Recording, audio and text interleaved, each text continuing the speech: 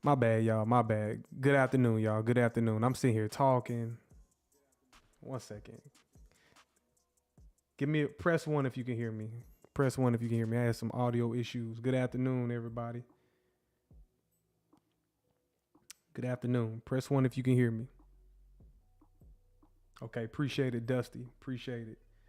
Yeah, I had some technical difficulties, but we good. We good. What's up, Dorelli? What's up, Dusty? Who all we got in the building? Y'all press. Make sure y'all hit that like button, subscribe. Let me get a quick roll call. Today is March the 19th, 2026, Thursday. We had some bleeding in the market going on today. This one is going to be a little bit more different. I'm not going to be so technical with the price.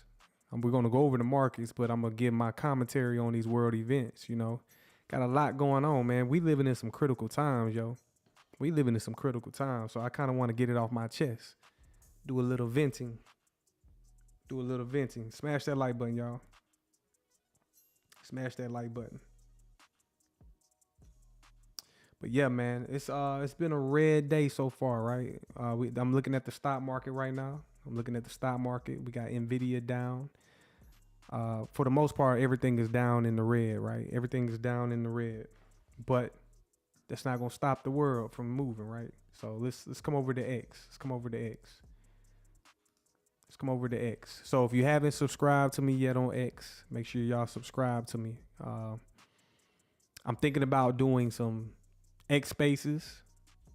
I'm gonna start doing X Spaces. Y'all let me know if y'all are interested in doing X Spaces so we can build a community, you know, build a network. Build a network where we can converse and talk about some of these things. I would like to hear from some of y'all. Pull some of y'all off the back wall, you know, some of y'all from the keyboard and come into a real, you know, still digital environment, but we can, you know, let y'all get it off y'all chest. So y'all let me know if y'all are interested in a X space from time to time, right? I can come over here and do some X spaces. I can host it, and y'all let me know if y'all would like that. But a lot going on. Let's go look at the market so far. Let me glance at some of these markets. Let me pull them up right quick. Let's go look at the stock market. We're gonna look at a little bit of crypto and whatnot, and then I'm gonna get into it. Some of the headlines. So right now I'm looking at the stock market. We got Apple trading at $248, Nvidia $178. Everything is pretty much coming down. Microsoft $389. Amazon 208, Meta 606, Tesla 380, Google 307, Palantir sitting at 155, right? 155. What else we got? We got the overall indexes. The indexes are coming down. That's a sign. The index are the larger, broader economy. So we got the S&P 500 coming down, trading at 6,600. We got the NASDAQ also coming down, 24,594. We got Coinbase trading at $202. Y'all remember when Coinbase hit the market? We got Netflix, $91, man. It went up and made a high last year around $134. So now it's down at $91, showing discounts. Oracle, $155. We got Berkshire Hathaway consolidating at $722,000. Broadcom, $319. We got Circle is actually up though. Circle is up $128. Right? Y'all smash that like button, subscribe to the channel. Right? Don't just pass through. Subscribe. Let's go look at some crypto right quick. Well, let me look at the crypto market. Let me pull that up right quick. Give y'all some crypto prices. All right, in the crypto world, right? 1 second. All right, in the crypto world, we got XRP trading at 144. I'm about to fuck up. No. XRP trading at $1.44, right? I thought I was about to say 144. XLM trading at 16 cents. Who we got? The rally. Oh yeah, you laughing? What's up, Ryan? What's up, man? Appreciate y'all joining, man. Stellar trading at, or XLM trading at 16 cents. We got XDC up, actually 3 pennies. Well, it's down, but it's at 3 pennies. HBAR 9 pennies. BTC 70,000, keep fluctuating. Ethereum 2,100. We got Quant trading at $74. We got DAG 1 penny. Right, so we got some still. It's in 2026, y'all. 2026, we still got some cheap ass crypto prices. Right, it's almost like we ain't been nowhere. We got IOTA trading at 6 cents. We got Algorand trading at 8 pennies. We got ICP 252. Sologenic 1 penny. Damn, that's crazy. Solana $89 coming down. Everything's down. Flare Network is air. It's not even worth nothing. It's air. Ryan, you said you wish XRP was 144. Man, look. We got Cardano trading at 26 cents. We got Chainlink trading at a $9.07. $9.07. What else we got? Go to this next chart. ZBEC, anybody still holding ZBEC? Is air, right? You can damn near kick in the sky. You can just wave your hand in the air and get free ZBEC. Ondo, 2.25 cents. Stronghold, air, zero pennies for free. Some of these tokens are free. How is something $0? You know, but whatever. Sui, 96 cents. VeChain, air. Alexar, Axelar, 5 pennies. We got Aave, $112. And Bello USD, air. Right, smash that like button. Right, so those are some of your crypto prices. I'm gonna go over the overall markets here shortly. Let's get into some headlines. Right, let's get into some headlines. I don't know if y'all seen this. The World Health Organization, and if y'all don't know the history behind the World Health Organization, just think COVID-19, right? And deeper shit. It goes very deep, right? But they have came out recently and said, hey, we are preparing for a nuclear scenario, including weapons used in Iran. So if they're coming out, why would they just come out and say this, putting fear out there, man? And the markets are kind of showing sentiment that they're about to all come down. And if something like this were to happen, right? For one, why doesn't government say that? It's the World Health Organization. You better believe if a nuclear bomb goes off somewhere in the world, they're going to be trying to, the health industry, y'all might want to start looking at health stocks, right? Health companies and shit like that. You know what I'm saying? You might want to start looking into them, because if the World Health Organization is saying, hey, I think it's problem, reaction, solution. I think it's a problem, reaction, solution scenario. So the World Health Organization prepares for nuclear war scenario, including weapons used in Iran. What are they saying? They're preparing for a possibility of a nuclear-related incident as tensions continue to escalate in the Middle East, including scenarios involving strikes on nuclear facilities or the potential use of nuclear weapons. So it's two scenarios. Either a nuclear facility gets hit or nuclear weapons are being used. And I just pray for the world, man. I pray that doesn't happen, right? Because it's going to be serious. All right, so it's an article on this. I'm not going to read the whole thing. You know, you get the picture, right? This major institution is coming out saying that. Let's come over to my X account, right? Let's come over here because I like to do X now. And like I said, if you ain't subscribed to my X, come over here and follow me. And if y'all are interested in joining me in some X spaces, y'all let me know, right? I can get that started so we can get some y'all that want to speak and be vocal. Y'all can come to the platform and we can kick it. You know what I'm saying? Just like we kick it here. So I think I want to get that start going. Let me see. Let's go to what I've been liking, right? Let's go into what I've been liking. So a lot of these are news headlines.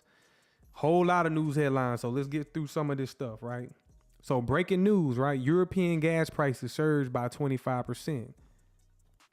Well, it's because of these conflicts going on over there in the Middle East, right? Conflicts. Man, if we got Denzel Washington, now I don't know if Denzel Washington is like, I don't know if he's acting. Is this a movie? Is this a character he playing? Or, you know, he's becoming a minister. So I guess Denzel is going to save the world from all the X-Files, right? Hopefully he can get in there and whoop some X-Files asses, you know what I'm saying? Like he do in the movies. He fight the bad guys or whatever. Hopefully he can get in there. You know, shout out to Denzel Washington. I'll come back to Zach Rector later, man. We'll hear what he has to say. People in the U.S. start getting canned goods and stockpiling food. Shit looks like it's going to get a bit rough thanks to Trump. Now they're blaming Trump, right? Now they're blaming Trump when they was voting for him. And, you know, I don't get into all that political shit. I don't care who you voted for. Just know they all on the same team, red or blue, left wing, right wing. They all on the same team because you already know they're just presidents. They're like a president of the CEO. Behind the scenes, you got the board, right? You got the board behind the scenes. So, hey man, they just doing what they ordered to do. The Dow Jones coming down pretty much. We're gonna look at the Dow Jones here shortly. Right, y'all make sure y'all smash that like button. Let's see. I had a scenario for y'all, right? Would y'all rather do this right here, this job, right? Be a wind turbine technician for $20K a month, right? Would you rather do this job right here, or would you rather get drafted to the war? You know what I'm saying? Y'all let me know in the chat. Would you rather get drafted to World War III or do this job right here? That might be a hard one for y'all. Would y'all do this? Because I don't know too many people do this right here and get paid $20K a month, but it's at your, you know, you got a lot at risk. So would you rather do this, or would you rather be drafted to the military? Y'all let me know in the chat. Darrell, you said I'll do the windmills. Ryan, you said the job. Okay. Man, look how high this guy is up, right? Look how high he is. You know, that's what it comes down to out here, man. You know what I'm saying? They got to strap themselves to a harness, and look how, you know, I don't know if I could do that, y'all. I'm not even gonna lie. I don't think I can do this right here. You know what I'm saying? This is out of my, you know, out of my spectrum, right? I couldn't do this. I get sick. It's windy up there. You know, the turbine is wobbling. So I don't think I could do that right there, right? So that's a wind turbine technician. They get about $20K a month. Let me see. Let's scroll down a little bit. Clearly something going on with BlackRock and Nestle. I'll look more into that later. Let's keep scrolling. Okay, I got breaking news. People are fleeing the USA. For those who have done so, where did you move? And why did you choose that country? And the guy said, I moved to China to be a part of the most peaceful, fastest growing major economy in the world. A guy went to China, right? But look, breaking news. Americans are leaving for the first time since the Great Depression. More people are leaving the USA than moving in. What does that say for y'all, man? Y'all, what does that mean? You know what I'm saying? Is that a good thing? Is that a sign of what's going on in this motherfucking country? Huh? Make sure y'all smash that like button, subscribe. Subscribe if y'all brand new. I know people coming in and out. I could see it in my analytics. So if you coming in, subscribe to the channel, right? This is what they say Tel Aviv looks like right now. Now, I can't confirm nor deny this. I don't know. This is what they saying on the internet. And a lot of this shit is AI.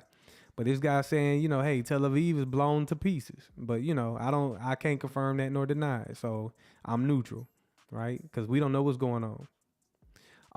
The Pentagon just asked, and this happened today, I believe, or yesterday. The Pentagon just asked for $200 billion to fund the war in Iran.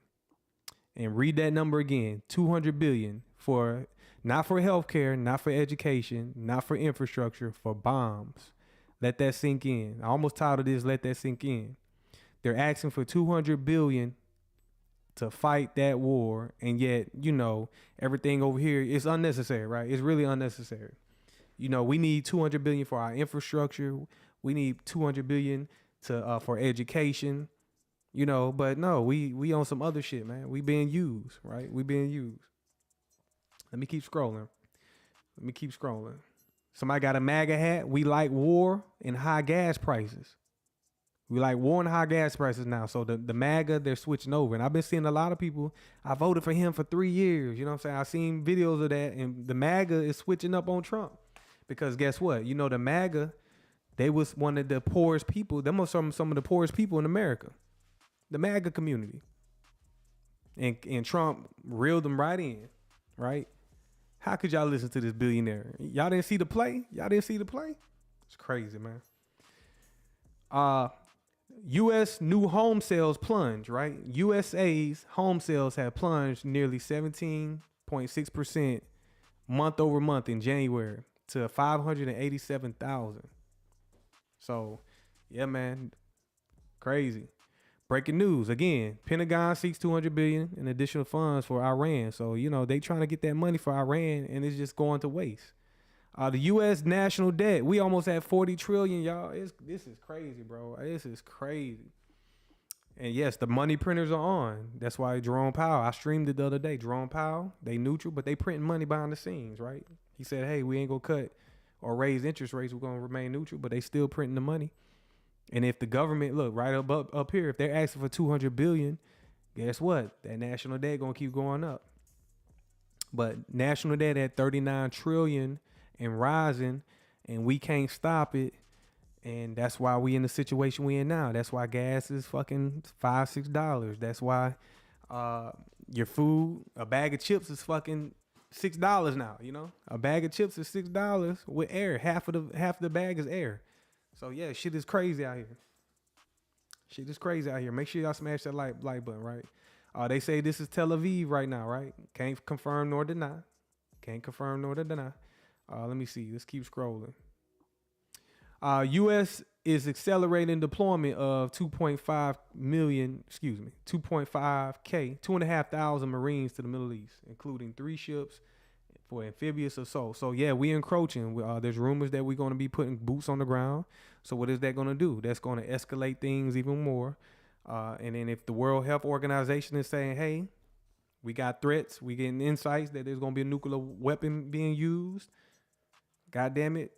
Why are we sending troops in? Why are we escalating? You know? Why are we escalating? I don't know. It's just crazy. I don't know if y'all seen this. Walmart is introducing digital price tags nationwide. Y'all haven't seen this one. Walmart is introducing digital price tags nationwide, giving them the power to change in-store prices instantly at the moment. What's going to happen when AI takes this over, right? What's going to happen when AI start instantly changing price tags right there in the store?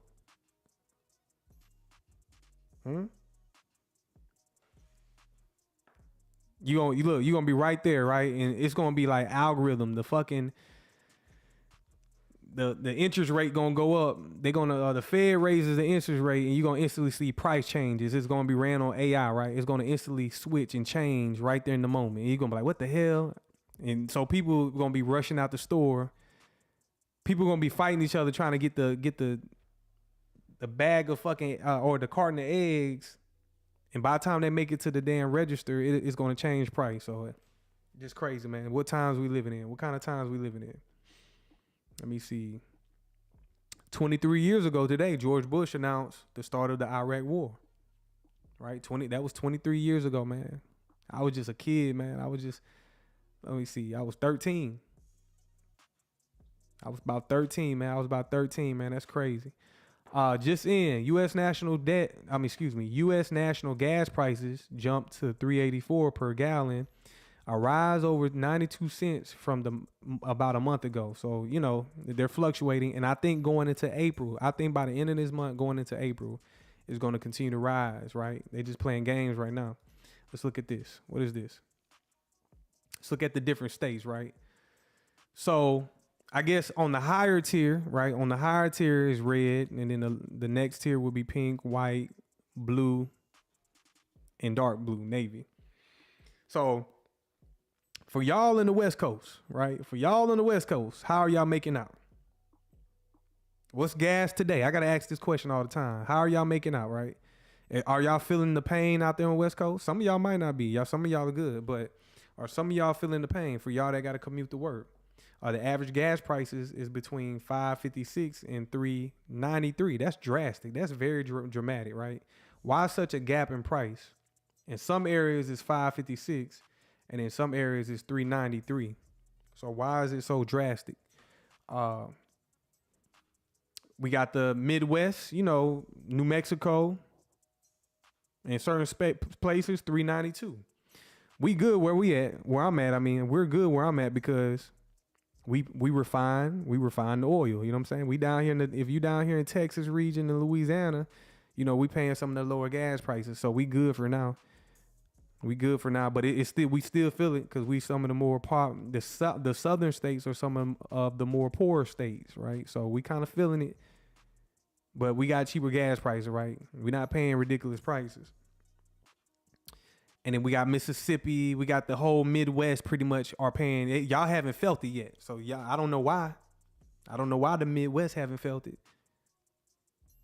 I don't know why.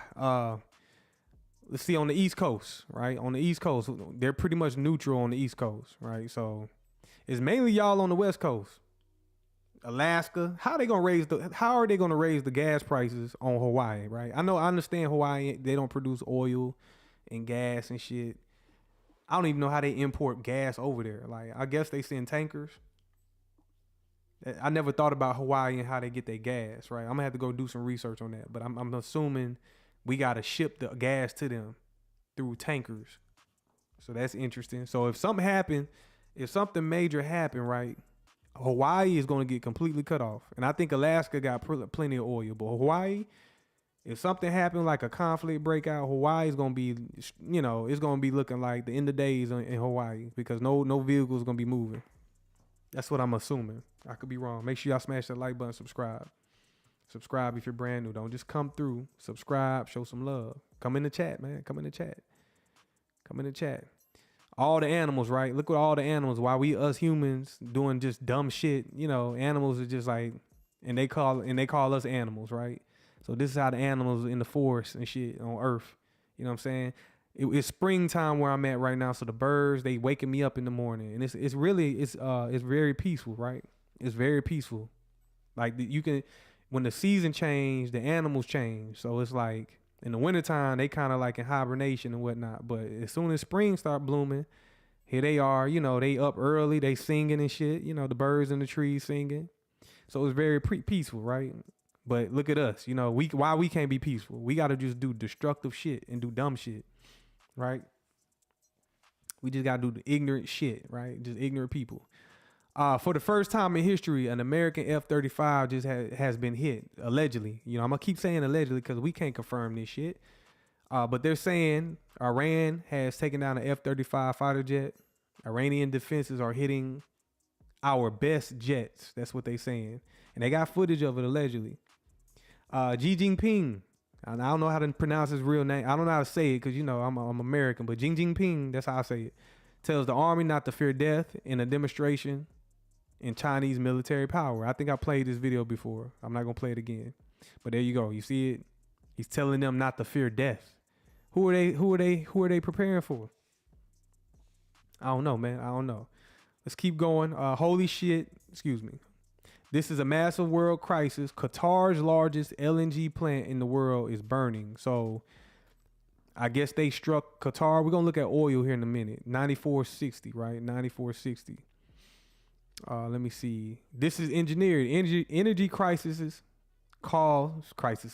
Energy crisis caused by Iran war will lead to the global food shortage where hundreds of millions of people could starve to death. And I seen something how they are storing food underground. If I can find that clip, I'm gonna play it, right?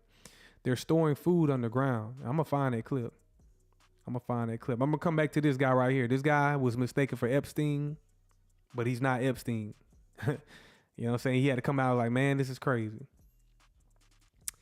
All right, I'm gonna keep scrolling. I'm gonna play some of these in a minute, but let me just walk through because this is all news to me. Breaking. So Denmark was reportedly preparing for a full-scale war with the U.S. Right? You remember we was talking about taking Greenland, and Denmark, they say allegedly was like prepared to go to war with us, and that would have been crazy, right? Who would have won that? And then they were saying this, they would have got the support of France, Germany, and the Nordic nations. So now let's put this in perspective. Right now, Donald Trump is calling for NATO to come assist us over there in the Middle East, but nobody's coming to call. Nobody's trying to help us. So it looks like the European nations are kind of turning their back on us. But in the same breath, if we would have invaded Greenland, if we would have invaded Greenland, Denmark and France, Germany, and the Nordic nations, they would have collaborated against us. So, you know, it's crazy, man. It's crazy. It's an illusion. That could be put a bid on NG1, which is way down right now from that winter storm in February. Okay. No, they all showed up. You said they showed up, Dusty? I'm just catching up, bro. Cause when I'm trading, bro, I can't keep up with it. Let me play this video right here, man. I'm gonna play this one first. And this dude's YouTube channel. I enjoy his channel because the history is on point. Let me play this. Play this video. Every major financial crash in the last 100 years, similar patterns, the same pattern. 1929 followed it, 1987 followed it, 2000 followed it, 2008 followed it. It's a 5-stage sequence that appears months, sometimes years, before the collapse actually happens. Wall Street knows about this pattern. The Federal Reserve knows about it. The people who manage money for billionaires definitely know about it, but you've probably never heard of it. Because if regular people understood what to look for, they'd pull their money out before the crash instead of after. I'm going to walk you through all 5 stages today, and I'm going to show you exactly where we are in that sequence right now. Spoiler, we're further along than you think. In 1929, a man named Roger Babson gave a speech at a business conference. He said 9 words that made him the most hated man on Wall Street. Sooner or later, a crash is coming, and it may be terrific. The audience laughed. Newspapers mocked him. Irving Fisher, the most celebrated economist of the era, dismissed him publicly, declaring that stocks had reached a permanently high plateau. 47 days later, the market collapsed. Fisher lost everything. He died in poverty. Babson made a fortune and went on to found a college that still exists today. But here's what most people don't know. Babson wasn't guessing. He had developed a systematic method for analyzing financial conditions. He looked at credit levels, market concentration, institutional behavior, liquidity conditions, and what he called trigger vulnerabilities. 5 factors, 5 stages. I spent 3 months going through historical records, Federal Reserve data, and academic papers to verify whether his framework actually held up across different crashes. It does, every single time. Let me show you. Stage 1 is the credit explosion. This is where it always starts. Not with greed, not with speculation, with debt. Before every major crash, there's a period where credit expands faster than the economy can absorb it. People borrow money they can't afford to repay. They use that borrowed money to buy assets. The buying pushes prices up. Rising prices make people feel wealthy. Feeling wealthy makes them borrow more. It's a feedback loop that feels like prosperity, but it's actually a trap being set.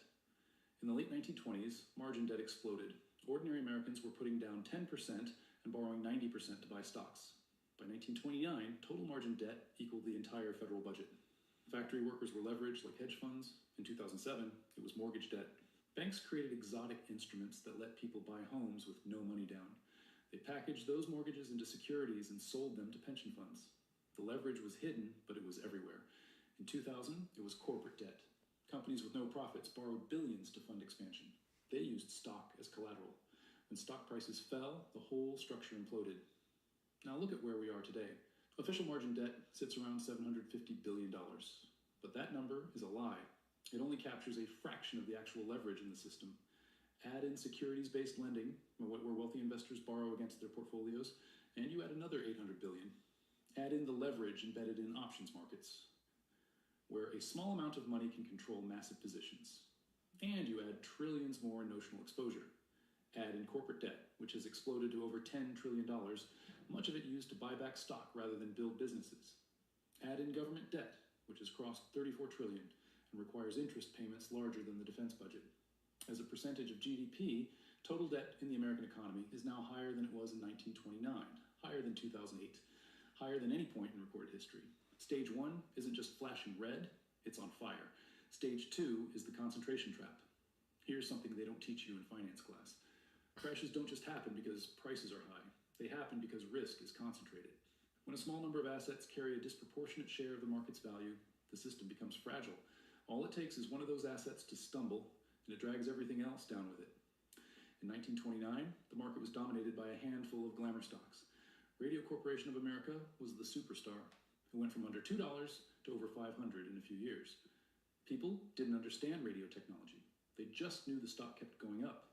RCA made up a huge percentage of the market's value. When it cracked, the whole market cracked with it. In 2000, it was the dot-coms, Cisco, Intel, Microsoft, a handful of tech names. The NASDAQ was essentially a bet on 10 companies. When those 10 rolled over, trillions in wealth vanished. In 2008, concentration was hidden in the banking sector. 5 banks held the majority of derivatives exposure. When Lehman went down, it nearly took the whole system with it. Today, the concentration is staring us in the face, and somehow nobody seems concerned. The top 7 stocks in the S&P 500 now account for over 30% of the entire index. At certain points this year, it's been closer to 35%. Think about what that means. When you buy an S&P 500 index fund, which is what sits in most 401ks and retirement accounts, you're not really buying 500 companies. You're making a massive leveraged bet on Apple, Microsoft, Google, Amazon, Nvidia, Meta, and Tesla.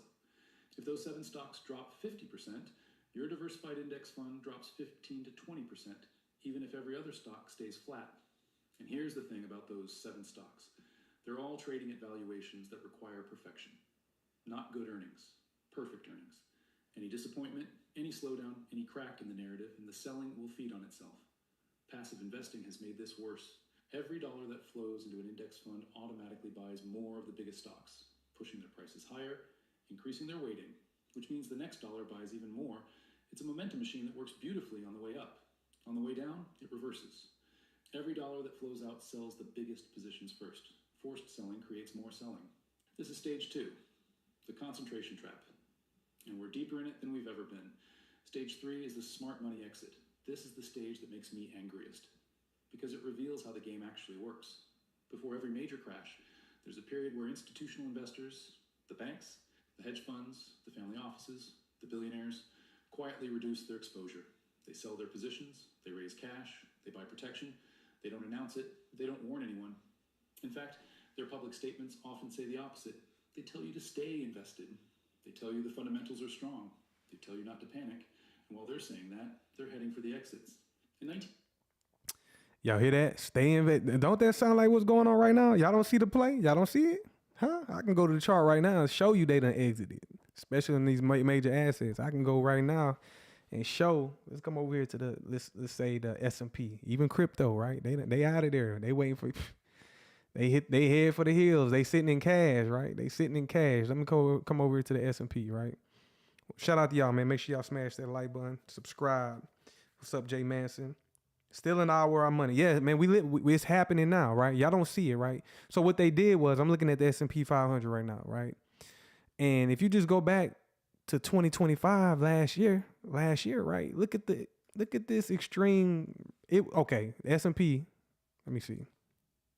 Let's go back to January 2025. That would be. I'm gonna come back to that video, y'all. It was very interesting. January 2025, right here. It traded down, made a low, right? It made a low in January 2025. It made a low of 4,800. And then it shot up to a high of about 7,000 in 1 year. And that's kind of like, extreme, right? That's kind of extreme. So what they did was they overinflated this market. If you don't know, this market has trillions, hundreds of trillions of dollars flowing through it. And everybody's investing in their 401ks, right? What if you somebody who just got invested a year ago? you had potentially getting wiped out, right? Let's say you just started investing within 5 years, right? They can bring this market down. They can bring this market down. We haven't had one of these moves since the last crisis, right? This was about 2020, the pandemic drop. We haven't seen one of these, but I think a big one is coming, right? I'm thinking probably over a year, a sustainable one. If this market comes down for these lows down here, right? If we come down for these lows, that's going to be a major event right here, right? That's going to be a major event. And it looks like it's going to be low resistance. It's already happening. So when the man said, hey, they're already sold the positions, they out these markets, man. They took their profit. They're sitting in cash. They're probably going into gold and shit. And guess what? It's already on the way. This market is coming down, and it's coming to liquidate everybody that's stuck in equities and other assets, right? Same thing in crypto. Let me come back to this video right quick. If y'all just joining, make sure y'all smash that like button, subscribe to the channel. Tonight, I'm not being so technical. So if y'all want to get more of my technical stuff, y'all come over here and I got my lesson. So on my YouTube, let me pull that up right quick. Let's come to my YouTube right quick. If y'all want to be more technical and get the analysis side, right? I'm doing a free course. It's underway now. I'm still adding to it, but I got a course, right? So if y'all want to come over here and get the free course, I'm dropping videos. I'm doing a series. And I'm doing them, over time. So just be on the lookout for my free 2026 courses where I'm going over just all pure technical analysis. And then I'm gonna have some streams where I'm like kind of talking about general world events like right now. So I just want to get over the headlines, kind of make it more entertaining, right? And then if y'all haven't subscribed to me on X, right, come over to my X and subscribe, right? I'm gonna show you. The link is in the description as well. If y'all want to join the Discord or the Patreon, the link is in the description. So let me continue this video right quick because I was kind of locked into it. Let's finish. 1929, the Morgans and the Rockefellers started liquidating in the summer, months before the October crash. Bernard Baruch, one of the richest men in America, was almost entirely in cash by September. Joseph Kennedy sold everything after his famous shoeshine boy conversation. But the real reason he sold was that he had connections to people who knew what was happening inside the banks. Regular Americans kept buying. They were the exit liquidity for the smart money. In 2007, hedge funds started shorting subprime mortgages. Smart money concepts. Goldman Sachs famously bet against the same securities they were selling to clients. Executives at Countrywide and other mortgage lenders were dumping their personal stock while telling investors everything was fine. Regular Americans kept buying houses and bank stocks. They were the exit liquidity. Now let's look at today. Corporate insider selling has reached levels we haven't seen in decades. CEOs, CFOs, board members, the people who actually know what's happening inside these companies, are selling their stock at a historic pace. The ratio of insider selling to insider buying is at extreme levels. For every insider buying shares of their own company, multiple insiders are selling. Meanwhile, retail investors, regular people, have been pouring money into the market. Robinhood accounts, 401k contributions, passive index flows, record amounts. The smart money is selling. The regular people are buying. This is not a coincidence. This is the pattern. This is how it works every single time. Stage 3 is flashing red. Stage 4 is the liquidity illusion. This is the sneakiest stage because everything still looks normal. Prices are stable or even rising. Trading volumes are healthy. Nothing seems wrong. But underneath the surface, the liquidity that supports the market is draining away. Liquidity is like oxygen for financial markets. When there's plenty of it, everything functions smoothly. Buyers and sellers can transact easily. Prices adjust gradually. Shocks get absorbed. When liquidity disappears, markets stop functioning. Prices don't adjust gradually. They gap. Small sell orders move prices by huge amounts. Feedback loops take over. The crash feeds on itself. In 1928 and 1929, the Federal Reserve raised interest rates and tightened monetary conditions. They were trying to cool off speculation. What they actually did was drain the liquidity that was supporting asset prices. For a while, nothing happened, and the market even kept rising. People thought the Fed's tightening didn't matter. Then October came, and when selling started, there was nobody on the other side. Bids just vanished. Stocks didn't decline. They went into free fall because there was literally no liquidity. In 2007 and 2008, the same thing happened. The Fed had been raising rates, credit conditions were tightening, but the stock market stayed high. Housing prices stayed high, everything seemed fine. Then Bear Stearns collapsed, then Lehman, and suddenly everyone realized the liquidity was gone. The market dropped 50% in months. Now look at today. The Federal Reserve has raised interest rates at the fastest pace in 40 years. They've gone from 0 to over 5% in less than 2 years. They've been running quantitative tightening, pulling hundreds of billions of dollars out of the financial system. And yet the stock market is near all-time highs. People think this means the tightening doesn't matter. They think we've achieved a soft landing. They're wrong. The stress is already showing. In March 2023, 3 major banks failed in a single week. Silicon Valley Bank, Signature Bank, First Republic. These weren't small institutions. They failed because of a liquidity crisis caused by rising rates. The Fed had to step in with emergency lending programs. They essentially printed money to backstop the banking system while claiming they weren't doing a bailout. Those emergency programs are temporary patches. They don't fix the underlying problem, they just delay it. The Treasury market, the foundation of the entire global financial system, has been showing signs of stress. There have been moments where liquidity in the Treasury market nearly evaporated, the most liquid market in the world, and it's having plumbing problems. This is stage 4, the liquidity illusion. Everything looks calm on the surface. Underneath, the oxygen is being sucked out of the room. And that brings us to stage 5, the trigger. This is the one nobody can predict. And that's exactly what makes it so dangerous. Stage 5 is the event that turns a vulnerable market into a collapsing market. It's the match that lights the fuse. Here's what most people get wrong about triggers. They think the trigger causes the crash. It doesn't. The crash is caused by stages 1 through 4. The debt, the concentration, the smart money exit, the liquidity drain. Those create the conditions for collapse. The trigger just determines when. In 1929, the trigger was the Hatry case. Clarence Hatry was a British financier who got arrested for fraud in September. Nobody in America cared. It seemed irrelevant. But British banks had exposure to Hatry. They had to raise cash. So they sold their American investments. That selling created more selling. Within weeks, the market was in free fall. A minor British fraud case triggered the Great Depression, not because the fraud mattered, but because the system was so fragile that any shock would have done it. In 2008, the trigger was Lehman Brothers, but it could have been Bear Stearns, or AIG, or any number of other institutions. The system was primed to explode. Lehman was just the spark. So what's the trigger going to be this time? I don't know. Nobody knows. That's the nature of triggers. It could be geopolitical, a real escalation in Taiwan, something unexpected in the Middle East, a miscalculation with Russia. It could be financial, a major hedge fund blowing up, a sovereign debt crisis in Europe or Asia, a derivatives accident. And remember, the derivatives market is over $600 trillion in notional value. $600 trillion in notional value. It's really in the quadrillions. He downplaying it. 600 trillion. That's why we trade these markets. We already forecasting, me and the people in my community, we already forecasting. We taking advantage every day. Whenever y'all see me posting my trade examples, we're taking advantage of the upcoming crash, right? We already in there maneuvering it. We're already in there taking advantage of it. It's the writings on the wall, right? That's why we sitting here talking about these geopolitical events. What's going to be the trigger? Like he said, what's going to be the trigger? Right? It don't matter. We already positioned, right? We're already positioned. I'm going to show y'all something a little here in a while, some things you can be doing, right? Make sure you hit that like button, y'all. Y'all passing through and y'all brand new, subscribe to the channel. Subscribe to the channel. Hit that like button. Don't just come through, subscribe. One major counterparty failure could cascade through the entire system.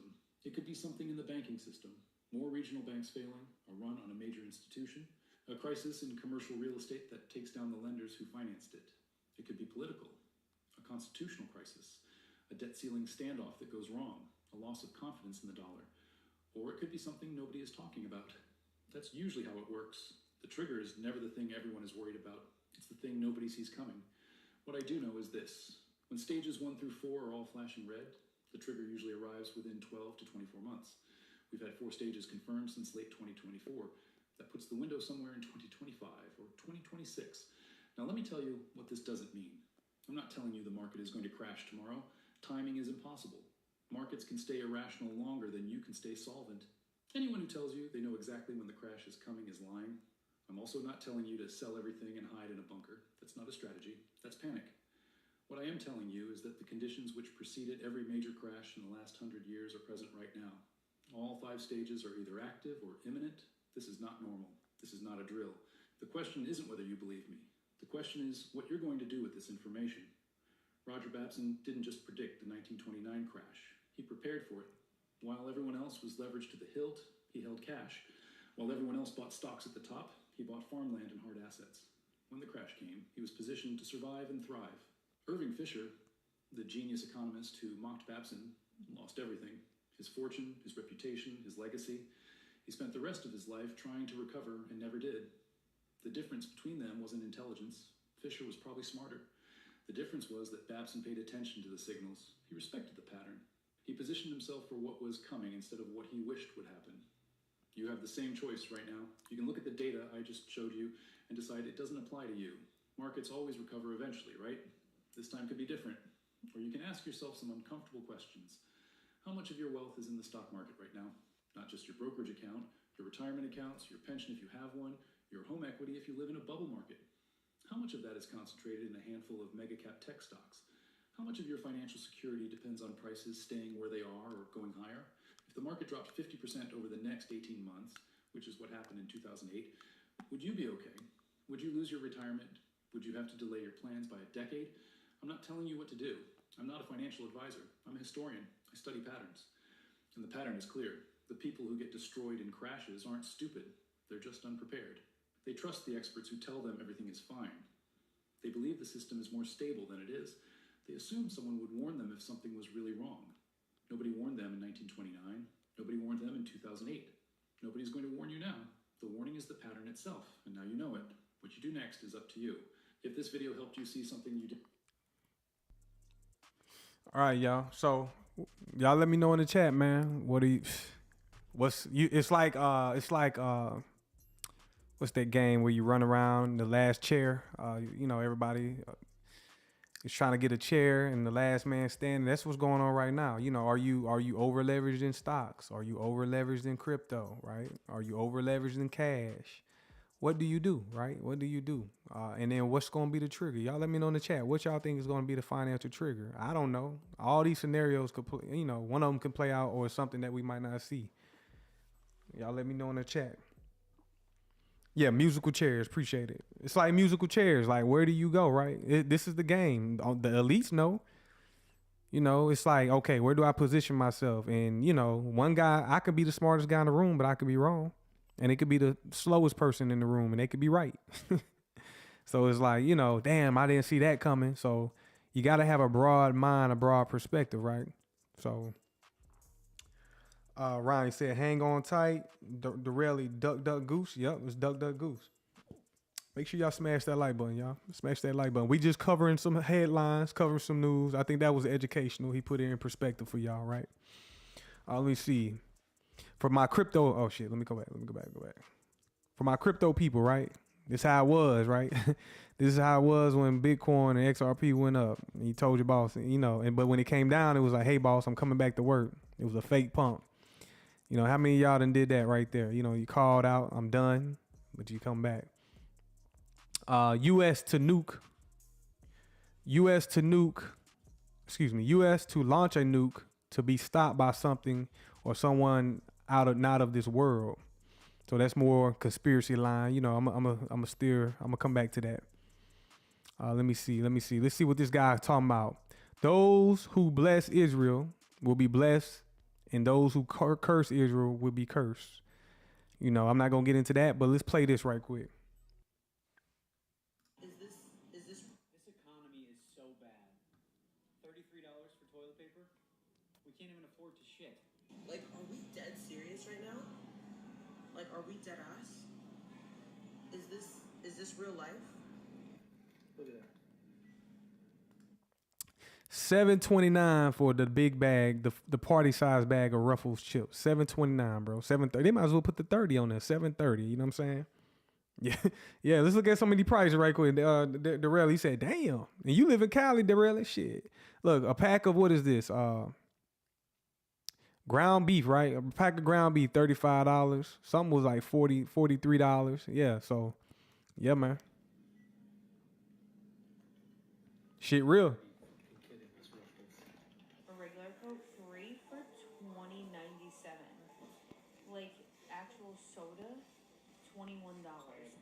Damn. What the fuck? Used to get a whole cup. $13.99, $14 For some orange juice. for what? A gallon of orange juice? Y'all must be out of y'all. For 2 pounds of lunch meat, $23. How the hell we supposed to feed our kids on this crap? True. Look at this. Look how small this pack is. Seriously, that fits like in my palm. Crazy. The grocery stores are like, it looked like it haven't even been touched. Damn. People can't afford the bullshit no more, man. People can't afford the junk food, man. People got to make decisions. It's crazy, man. It's crazy. Let's see. Hey, now we get into the conspiracy side right here with this, right? Secret cloning facilities, right? Now I don't know if it's true or not. I just seen this. I said, I'm not surprised. I wouldn't be surprised, right? I wouldn't be surprised. Let's play this. Y'all think this shit real? Somebody filmed it. My God, man. What are we living in?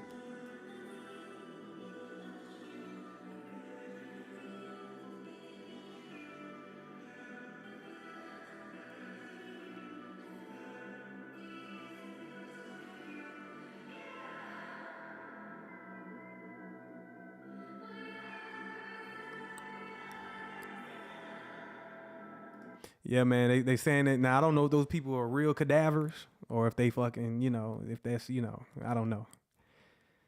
Save your kids, man. Save your kids. Just in, the U.S. war with Iran now has cost estimated $25 billion, and they asking for an extra, what, 800 billion, something crazy, 80 billion.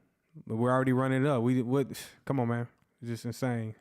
This happened today, yo. This happened today. Only Donald Trump, right? Only Donald Trump. Let's play this. Because we wanted surprise. Who knows better about surprise than Japan? Okay? Why didn't you tell me about Pearl Harbor? Okay? Right? He's asking me, do you believe in surprise? I think much more so than us. And we had to surprise him, and we did. Because we wanted surprise. So pretty much the Japanese prime minister, she came to the White House today, and Donald Trump was like, and they asked him, hey, why did y'all surprise Iran? He was like, shit, surprise? You got the nerve to ask me about surprise? Y'all surprised us. Them people, man, we did those people so fucked up, man. We did those people so fucked up. Let me see. Let me scroll. I'm not gonna go through everything. We're gonna come to the charts here in a minute. We're gonna come to the charts. Let's see this right here. Gas prices, right? Gas prices. Okay, in California, I do the gas. Okay, I do it fast because it's so expensive. 1, 2, 3. Okay, let's see how. God damn. Just like that, man. That's how it is in Cali. I'm gonna play that one more time. That's how it is in Cali, y'all. You gotta do 3 pumps and $86. Crazy. I do the gas. Okay, I do it fast because it's so expensive. 1, 2, 3. Okay. Let's see how much. 16 gallons, $86, man. Insane, bro. Insane. This is another clip of the prime minister right here. U.S. allies in Europe and Asia and Japan about the war before attacking Iran. So we didn't tell anybody about it because we wanted surprise. Who knows better about surprise than Japan? Why didn't you tell me about Pearl Harbor? You believe in surprise, I think much more so than us. God damn. And we dropped a nuke on them, man. That's so fucked up. We dropped a nuke on them people. Somebody in Europe, right? Somebody in Europe. He says, as a European, I would find it almost free if I would be able to buy gas for $5 a gallon. And, I guess the Europeans seeing us over here complaining about our gas prices. He said he was paying $8 a gallon before this shit had started over there in the UK. So, yeah, man. Privilege, right? We must got privilege. Let's see what these everyday people got to say about gas prices. Let's take a listen to one more woman who we spoke with. If you could say something to President Trump and he was going to hear you right now, what would it be? You're a worthless pile of And you voted for him how many times? 3 times. That was my bad. Apparently, I'm an idiot. Let's. So yeah, that's how the everyday person is feeling about Donald Trump, man. Donald Trump. The affordability president just gave us the biggest spike in oil prices in 43 years, right? So we've seen the biggest spike in oil in 43 years. Let that sink in. Oil over $100 per barrel drives gas prices up $1 per gallon. Trump requested $200 billion for a war, while Republicans cut healthcare and SNAP by $186 billion. Yep, crazy, man, crazy. Here goes some gas prices: 19 gallons for $91 just to fill up. I seen a trucker pay over $1,000 to fill up his truck, his 18-wheeler, right? He paid over $1,000. So, yeah, man. Unleaded, $5. You know, Trump is America. Let's see what the people saying. Some people saying they can't even afford gas at this point. This is high. 469 is actually one of the highest I've seen it, and I've been here 27 years now, so that's something to say. That's crazy. Describe what you're going through for me. Well, I just make sure that I focus to save enough money for the week to get to and from work. Instead of, or if I can, I'll walk to the store or take the light route if I can, if it's not hot, but it's going to be hot again. So, yeah. So those are some choices that I do make. So some people, the people walking to the gas, they choosing to walk, right? They choosing to walk. Let me see some more headlines. This is what, this is what it's coming to right here, This is what it's coming to right here, slinging nickel bags of gas. You know what I'm saying? High as hell. So I got 1 for 15, 2 for 25. That's what it's coming to. Shit going out right now. Gas high as fuck. Shit, back like COVID. Nigga hit my lunch. Shit going. Yep. So, some people got to make, that's funny. It might come down to that, man. It might come down to that. Check this out. Stocks down, tech down, bonds down, gold, silver, Bitcoin, Ethereum, software, copper, staples, credit, banks, biotech, small cap, semiconductors. Everything is down pretty much. And this is how stressful it is.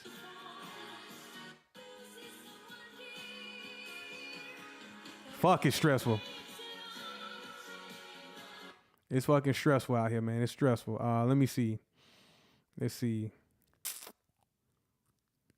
Make sure y'all smash that like button, yo. Smash that like button, subscribe, right? I'm just going through some news headlines, things, kind of lighten the day. Some of y'all just trying to be some entertainment. Lighten the day for some of y'all. The TSA, anybody been to the airports lately? If you've been in the airports, let me know. You know what I'm saying? These airports have been like this for a while now, I know people, I've seen a girl, she's been stuck at the airport for days, so airports are going crazy, right? TSA, they're not getting paid. Right, so it's like now the airports are backed up now because TSA ain't showing up to the airport. So y'all let me know in the chat. Have anybody been to the airports lately? Let me know what it's been like. Right, let's see. I got a lot of trading shit in here. I'll save the trading the memes for another time. Right, I'll save that for another time. Let me see. I'm just looking for headlines. Again, $200 billion for war. Again, the World Health Organization, they're preparing for a war, the worst case scenario, which is nuclear disaster due to conflict in the Middle East. Right? I went over that the Americans, they're fleeing America more than any time in history, pretty much. Allegedly, Iran attacked the world's largest gas export. So that's a thing. Let's see what Andrew Tate has to say. He always gives an interesting perspective. Let's see what he has to say. Surely all of the world's natural gas being on fire and all of the oil production being on fire, and that oil that we do produce we can't transport by ship, meaning that there's not going to be any fuel for cars or motorcycles or planes or moving food around. The food prices are going to go up. We're not going to be able to travel anywhere.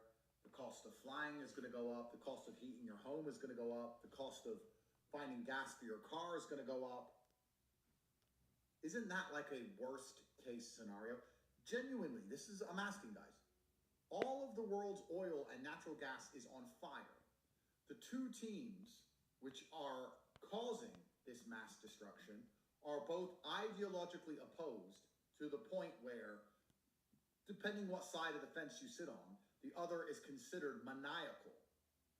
It's very hard to negotiate with a maniac. I'm not even taking sides. That's the basic premise of this conflict. Everything's fucking burning. Nothing can move. And the price of everything is about to skyrocket. And it's not like the world is particularly rich to begin with. Most people can't pay their bills already. Inflation is out of control already. People are living off their credit cards already. Everyone's already poor. It's like you're already sick. You've got a fever. And then someone comes along and kicks you in the fucking balls. This has got to be a worst case scenario. Surely. How could it possibly be worse? And what y'all think? Is this the worst case scenario, or have we not seen the worst yet? That's what I want to ask from y'all. Is this the worst case scenario, or could it get worse? We know it can get worse, but like, is this like, did y'all see this in the cards a year ago? I know I didn't see it in the cards a year ago. You never know, you know. You don't know what this shit's gonna be about. I found this interesting right here, right? If y'all want to get into alien talk or whatever, and like I said, I'm gonna do y'all let me know in the chat. I'm gonna do I'll do a X space. If y'all are interested, let me know in the chat, and we can talk about certain shit, like different topics like this, you know, because I think that's a safer place to do it. But Lockheed Martin, right? They allegedly have aircraft that can reach Mars in just a few hours, you know. And they pretty much saying they got time machines, according to this dude right here. They saying Lockheed Martin got time machines. So let's see what this guy has to say. We have in Lockheed right now, there are craft that can go to Mars in a few hours. Right now in Lockheed. So how do you know what they have at JPL? How do you know they have? Not JPL, Lockheed. Lockheed. How do you know that Lockheed has this technology that we can get to Mars in a couple hours? Lockheed has, I think, some assets in Nevada, but they have a lot of corporate facilities in California, in the state of California. And supposedly, there is this shack on the side of a highway in California that looks like some nondescript warehouse, small warehouse. And you go into this warehouse, and the whole floor of the warehouse is an elevator. And it drops, Lord knows how many hundreds of feet. And you're inside of basically a facility carved out of rock, deep underground. Yeah. And what this guy said is that they are not only reverse engineering craft from retrieved debris in this facility, but they're actually training pilots to fly them. And he told me that the main problem that they have in that training program is that the pilots experience extreme disorientation because of the warping of space-time by these craft. In other words, they discovered early on, and this is, I think, one of the main reasons, and we can get into this in much more depth if you want. This is one of the main reasons this technology is being hidden, because they discovered very early on that these are not simply devices with propulsion systems capable of navigating space very quickly. Like they can take you from New York to Australia, right? They're flying time machines. They warp time as they traverse space. Right. And our pilots don't know how to handle that. They have a very hard time. They get disoriented, temporally disoriented. They get like, their sense of the passage of time gets really messed with. So anyway, he told me he went down into this facility and that they're reverse engineering stuff and that they're trying to train pilots in how to fly these reverse engineered zero-point energy craft. But okay, what's the really important thing about that is that on a theoretical level, about how UFOs are actually time machines. And if you really stop and think through that carefully, you realize why, under the current socio-political conditions, this technology can't be released.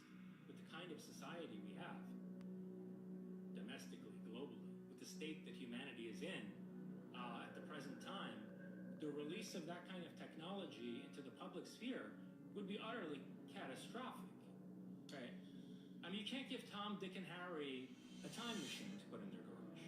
You see, that's the thing. It's not like these are Jetsons cars that just, fly you across country really fast. They allow you to traverse different epochs in human history. And I think one of the reasons that our history is so messed up, when you look at these really regressive, tyrannical religious belief systems and the kinds of political structures that formed around them and that were fortified by them, I think a lot of what's going on there is that our timeline has been manipulated.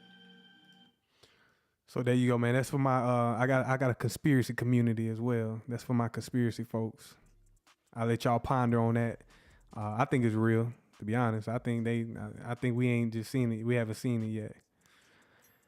I'm trying to get through these news, all these news events, that's recently come out. It might be news. Oh, here we are. This is what I was originally looking for. So the underground tunnels, right? The underground cities, they're storing food underground. And we got some truckers that have been there. So I think this was pretty interesting. Let me play this. Truck I've been driving for the last few days for Wilson Logistics. This trailer just was assigned to us from Kraft over at the Kraft Foods plant, and we're delivering it here to what's called the Springfield Underground. And that is, as you can see behind me, this giant cave that's big enough to house hundreds of these trucks and trailers. There's a train track running through here. Just to give you an idea, back here, there's a regular sized truck. See how tall that is up there? It's just incredible. Anyway, having a great time. So I was going to say, so we got all this chaos going on in the world. We got alerts of nuclear war, cyber attacks, terrorism, all the, everything you can check off, financial collapse, unrest in society. But they're secretly storing food underground. But you go into the store paying fucking $8 for some chips, almost $20 for some orange juice, but they are storing food under the ground, in these big warehouses. Anybody been to this place in Missouri? I forgot what he said. It was in Missouri. He said these underground fucking bunkers are pretty much in Missouri, and they're just storing truckloads of food, about 500 trucks per day coming through there. I'm like, damn, what's going on? Why are they doing this? So it's just like leaving a question in my mind, like, what the hell? Learning lots. I'm sure there's some of you out there that knew about this place, but for the majority of us, I don't think we knew about this place. So I watched a video of a high-ranking guy taking this news agency around in this underground facility. And what he says, this place is so big, they have upwards of 500 employees. And he said that they have 500 to 600 trailer trucks come through there daily. I mean, look, is this not crazy? I mean, I've never seen anything like it, and it's gargantuous. He also said in this facility that it's primarily food. Like you saw in that video with that truck driver, Kraft Food is contracting out this other truck business to take food down there. And this is not ran all by one company. All of this space down there is leased. It's leased to whoever buys it, probably to the highest bidder in some cases. Now it gets really interesting here in a minute, but he also says that they're expanding another 1 million square feet. They've already got 3.5 miles of road system down there. Some of you might be asking, well, where in the heck is this? It's called Springfield Underground, and I believe it's located in Missouri. And the guy also said that they have another location on the west side that they're developing that I don't think too many people know about, even the people that know about this one. So not only do they got 500 to 600 trailer trucks coming through here a day, they've also got BNSF coming through with trains. They've got railroad tracks coming through the underground. I mean, look, they've got huge railroad track systems that... So anybody been to Springfield, Missouri and seen that type stuff? Let me know, man, because I know some of y'all travel and get around. But I think that's going to cover the news so far, man. I think that's going to cover the news so far. Look at this shit. They predicting this nuclear warfare, man. I can't imagine it. Can't imagine it. I thought it was pretty funny right here. So yesterday we had morning fed. Every day is getting worse, right? And this is just the emotion of us, right? Us getting through our day. Just getting through our day, man.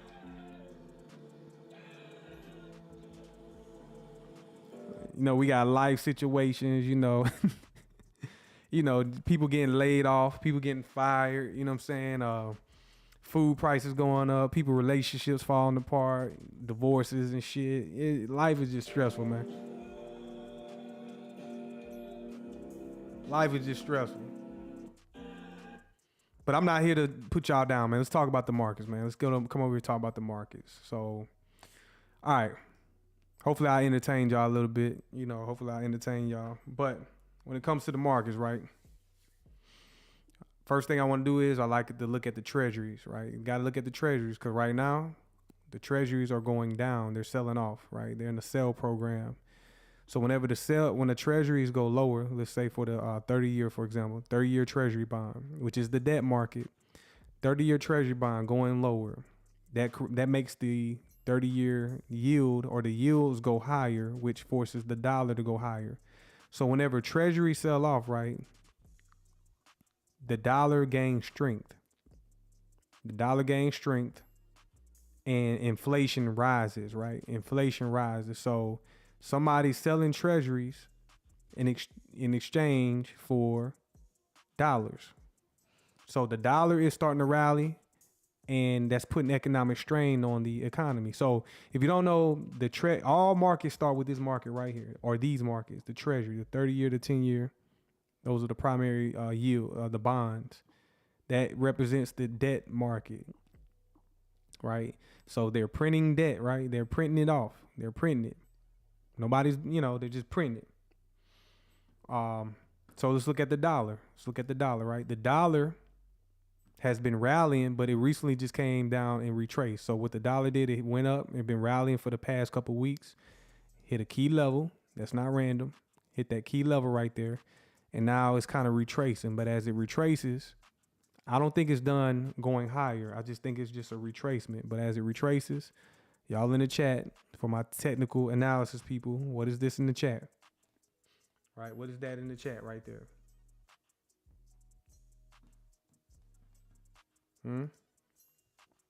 What is that in the chat?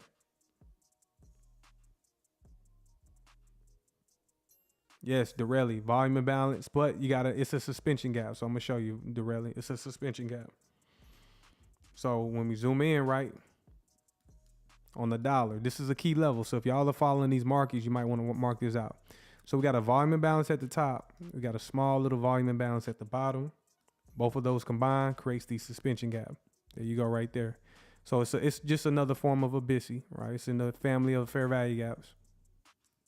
And that's where we currently traded down to. Is it random? No. And now it's showing signs. I don't think the dollar is done coming down.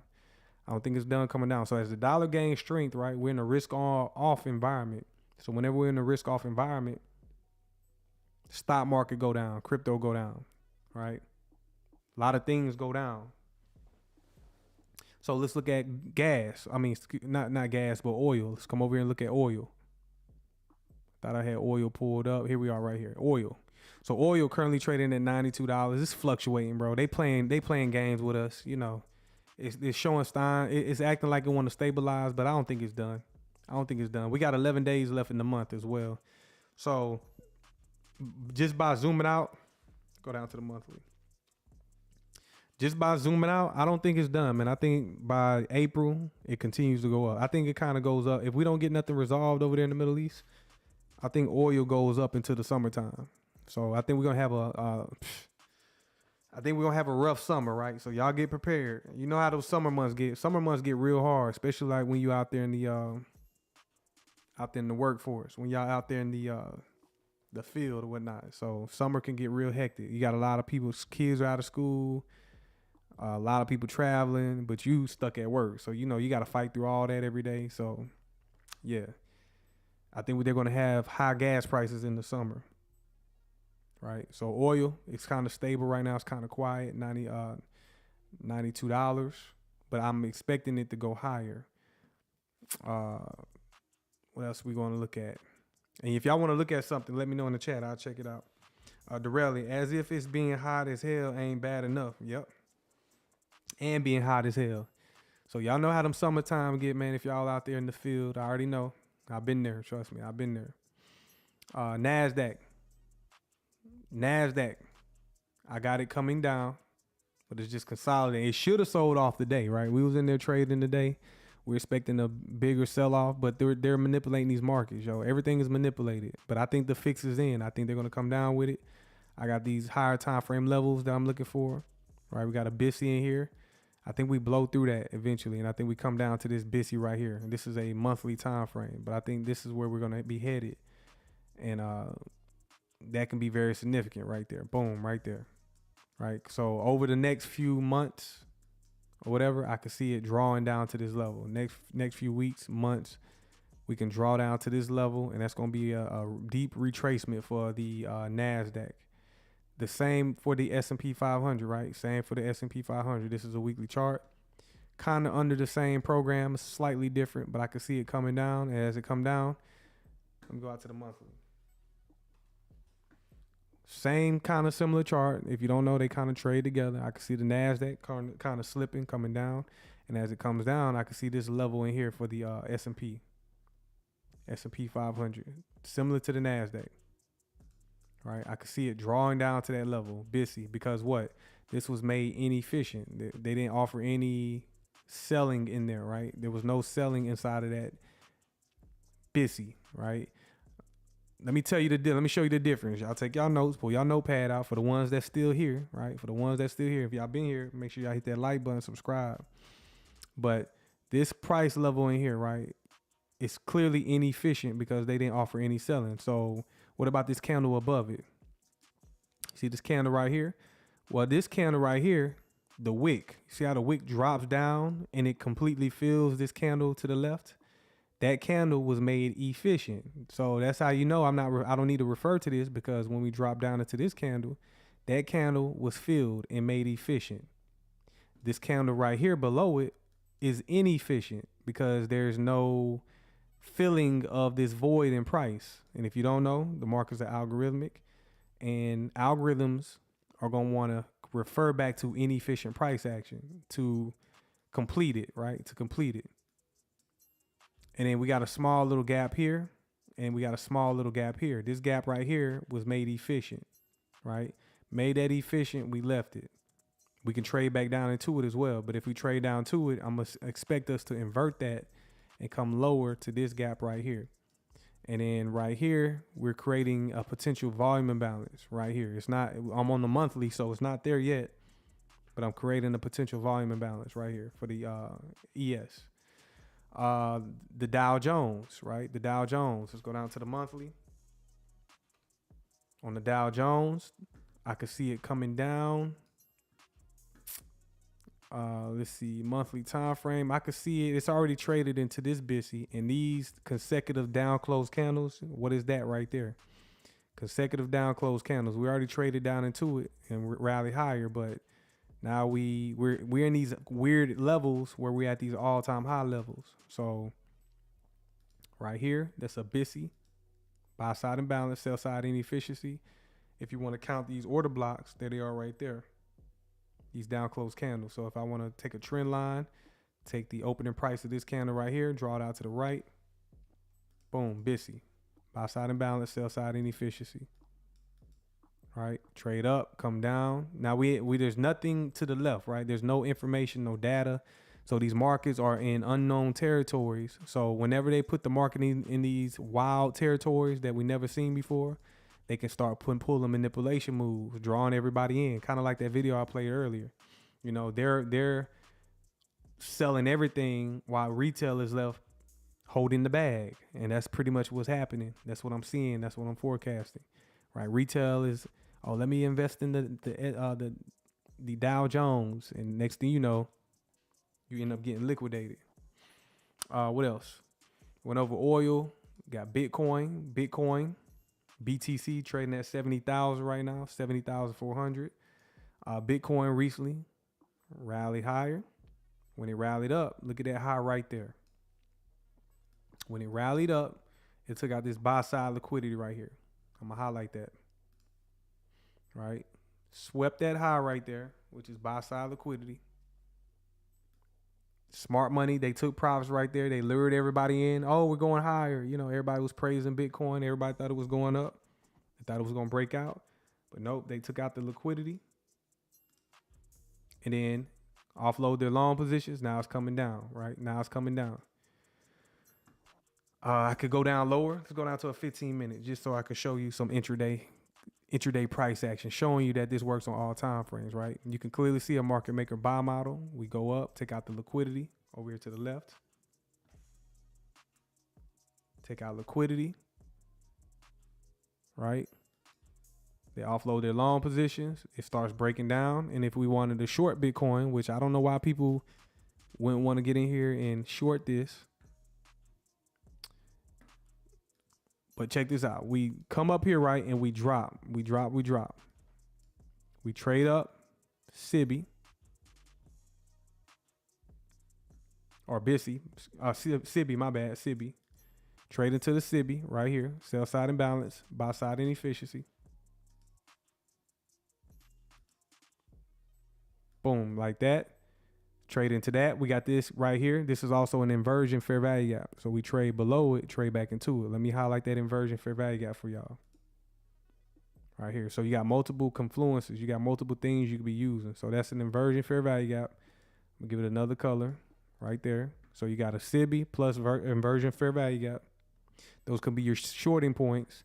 And even when we drop right here, below this candle, these up close candles, that's one order block, right?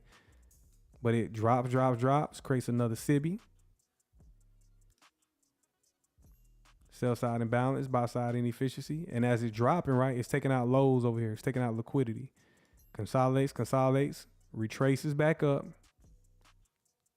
right? Retraces back up into the SIBI.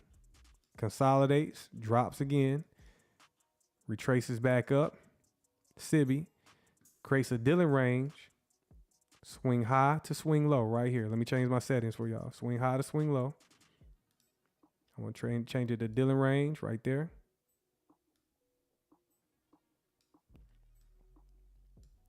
It consolidates, right? Consolidates, trades around equilibrium, right? Trades around equilibrium, which is above equilibrium is premium, right? It trades above equilibrium into premium, trades into the SIBI right here. Many ways to get in this, bro. Many ways. SIBI at premium. Also, you got an order block. This up close candle right here. That's a bearish order block. Right here. Bearish order block. Right there. So look at all the confluences, right? Many ways to get into this market and take advantage, right? This is what they doing. This is why this skill set right here is so powerful. It doesn't matter it doesn't matter about nothing. If you can understand this shit that I'm showing you, it doesn't matter what none of these markets does. It don't matter about the fear. It doesn't matter about the greed. The only thing you would have to worry about is if they say, hey, there's no trading right now, right? That's the only thing you need to worry about. If they say, hey, we can't trade, we can't allow you to trade right now. But I don't see that happening, right? I don't see that happening no time soon, unless something catastrophic happens. But look, bearish order block, trades into it, trades into the SIBI. Those multiple confluences. Also, we're on the premium side of the range for Bitcoin. Trade back up to it. Do you think that's random right there, the order block price? All right, let's zoom in on it. Got the order block over here to the left, right? Trade right into it. Do you think that's random? Do you think that's random right there? I don't think that's random. And trade into the SIBI, sell side imbalance, buy side inefficiency. And you're shorting where the institutions are shorting, right? And then it drops. Ooh, just like that. Drops. And guess what? When it drops, what does it form? Another SIBI, sell side imbalance, buy side inefficiency. Boom, just like that. Trades right into it. Do you think it's random? Do you think it's random? Zoom in on it a little bit. Do you think it's random how price trades right back to the midpoint? Boom, just like that. If you're brand new, press the like button, subscribe to the channel, right? I like to get a little, because sometimes I do this. I've done this so much, right? I've done this so much every day for the past 5 years that goddamn it, sometimes I deserve a little entertainment, right? Because I don't think y'all understand how far I have went with this, especially for y'all that have been watching me for a while. And y'all that are in my Discord, y'all know. But for the people that casually watch me, I can call these levels out instantly, right? I can call these levels out like it ain't nothing, real time. But is it random how price repeats all day, every day, right? I think my channel is suppressed because I'm teaching this shit, right? I don't think they want this information known, right? So if you getting in out up here and then it sells off, look over to the left. Look over to the left. It's going to liquidity. No, I'm knowing when they targets at, man. This should be illegal, bro. Look at these lows right here. This should be illegal. Look at these sell side liquidity over here. I should not be knowing this, but I know it though. I am Morpheus in the Matrix. I was Neo, but now I'm Morpheus, right? And I'm trying to come over here and save y'all, right? That's why y'all watch me. That's why I got a committed group of people. If y'all could have stayed to the end, you would have learned something. For the people that left, right? For the people that left, if they would have just stayed to the end, y'all could have learned you something. But here they little do they know I'm teaching for free over here. Drops down, takes out liquidity, right? Does that mean the move is over? No, it drops down, take out liquidity. Now we create a new range. Now they create a new range. Swing high to swing low. Right? Swing high to swing low. This high right there, down to this low right there. Boom, right there. So we got a new range. Are we done? Is the market done? Where is it trying to reach for? You see these lows over here? Let's come over here to the left, right? You see all these lows? See these lows in here? What are those lows? I'm combining all these lows as one big, large liquidity pool, right? When I see all these lows that are near each other like this, I consider that a big liquidity pool, huge liquidity pool. You can't see it if you're brand new. I see it, and I can look at it with nothing on my chart. I'm like, oh, there go the orders right there, right? So let's come back over here. I found a new range after taking out liquidity. You got this swing high, swing low. We trade up into what? Premium. Look to the left. What is this right here? Does this not repeat? Sell side imbalance, buy side inefficiency. Draw it out. Now this sell side imbalance, buy side inefficiency, it's on both sides of the range. It's on the premium side and the discount side, right? On the premium side and discount side. So it trades up, trades down, trades up, offering you a premium, right? And then guess what? From premium, if you're looking to be bearish, you need a short at premiums. Premium is above the 50% level. Discount is below the 50% level of the range. Trades up into premium, completely fills the gap. Why doesn't it trade outside the gap, right? Why doesn't it trade outside the gap? Yes, it wicks outside of it, but why does the bodies close inside of the gap? Come on now, is that not precision? Is that not something that make you think and question the reality? Why doesn't this close outside the gap? Now it can, but no, look at how clean it is. And then it sells off, right? And then it sells off. And what does it attack? Drops down. Before it takes out this low right here, drops, retraces back up, right? When it retraces back up, let me add some more shit for you, right? Let me just keep cooking. Because I can cook all day. What are these up close candles? These are 1, 2, 3, 4 up close candles. What are these up close candles? I taught y'all this the other day for y'all in my class, whatever, right? In my class, up close candles. Boom. What is that right there? Huh? I could take you to any market. It don't matter the market. We can do this in all markets. I can cook all day, right? Leisha, what's up, Leisha? Yes, sir. You always on track. You call it every time. Appreciate it, Leisha. I said, I ain't seen you in a while. Appreciate it. Y'all in the chat, man. What is that right there? What did I just outline? That's a bearish order block, right? That's a bearish order block. We trade back into it, these up close candles. And also, once we trade into that, look at this SIBI right here, right? SIBI, sell side imbalance, buy side inefficiency. There you go. Boom. Just like that, precision. Let me just say I'm remove this right here so y'all can see it a little bit clearer. Remove that. We got bearish order block, right? SIBI, trade into it, offers another opportunity. It sells off, consolidates, and then boom, hits the target. Is it random after it hits the target? It displaces higher, trades down, trades into a what? Bullish order block. Can't make this shit up. Right here, bullish order block. Bullish order block.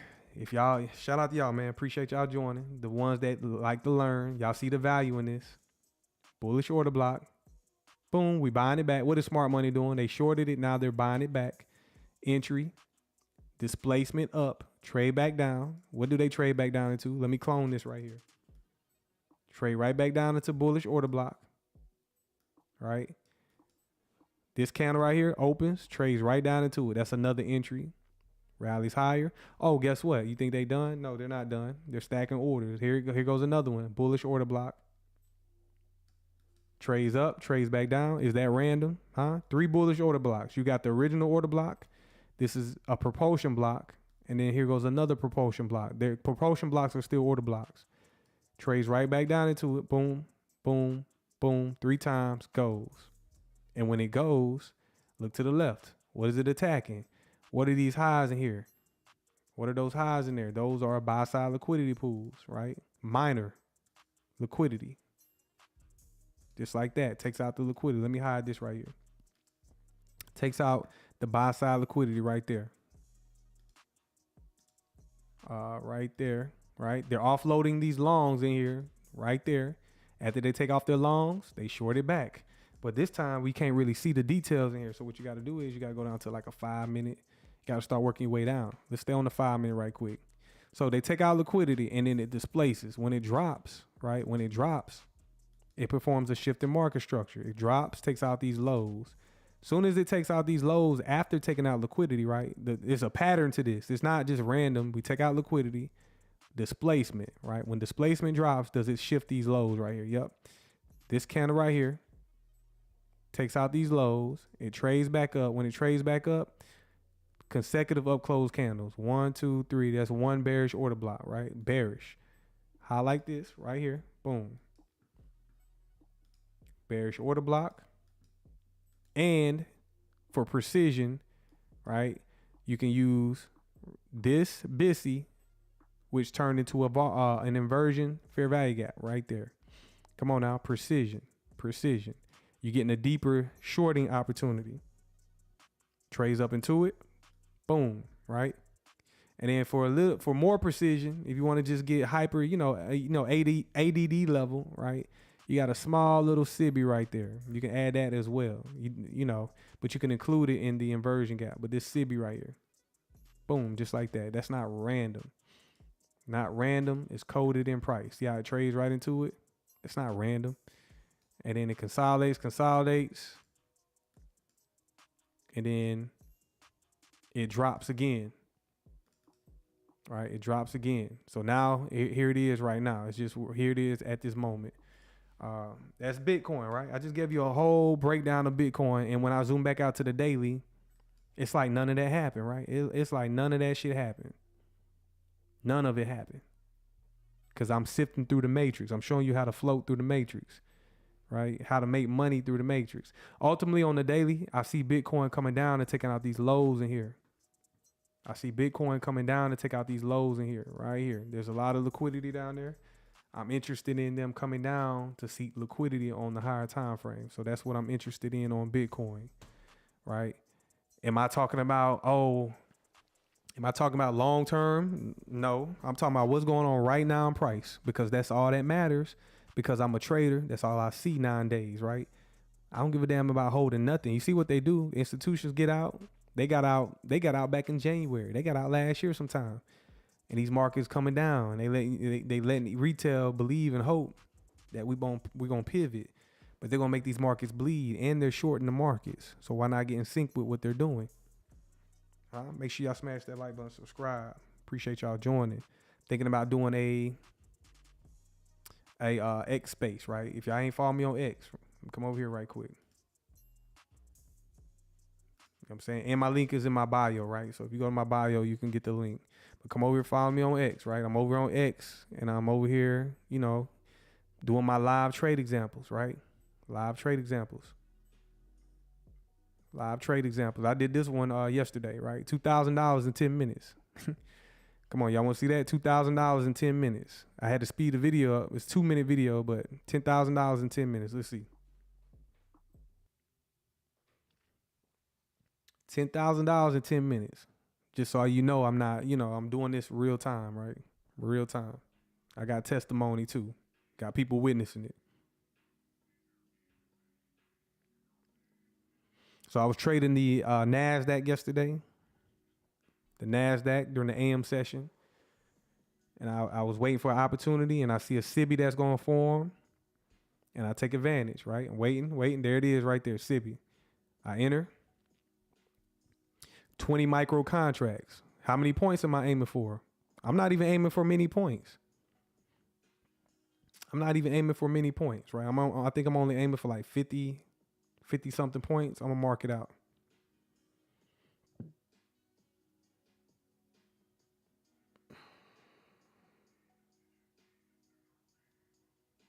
Right. And this was during the AM session around 10 o'clock in the morning, right? 10 o'clock in the morning. Fitting it in, right? I had been busy lately, just fitting it in.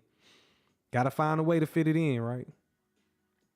20 micros, that's pretty much too many contracts. And I'm just scalping, right? I'm not doing nothing long term. Just scalping the market.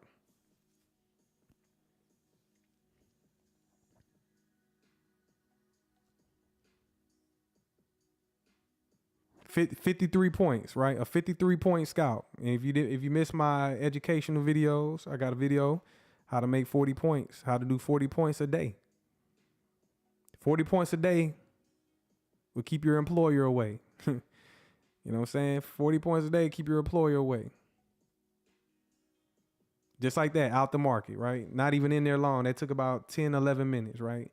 So make sure y'all come over here on X, subscribe to my channel, share my videos, learn, because I'm going to be over here. This is why I'm dropping my examples and, trying to get engaged this. But I'm thinking about doing X spaces. So if y'all want to come over here and chat with me, if I do an X space, y'all can come over here and chat with me, and I can get y'all from behind the keyboard, and we can build a community, and we can chat it up. If y'all got questions, y'all can ask me directly. Matter of fact, I might test it out after I get on live stream. I might do a test, right? So y'all be on the lookout for that. Be on the lookout for my X live stream. What else was I going to look at? Let's look at XRP, right? XRP, kind of similar to Bitcoin. I'm not going to do too much detail analysis on this, but then again, I might fucking do it if I can. Why not? Weekly time frame, XRP trading at $1.45. Go down to the daily. Caught in a range. This reminds me of 2022 XRP. You know what I'm saying? Like, this was just rough, but you can still get in there and do some damage, right? It pretty much what I'm looking at, it traded up. It traded it to this wick, right? So if I take this wick right here,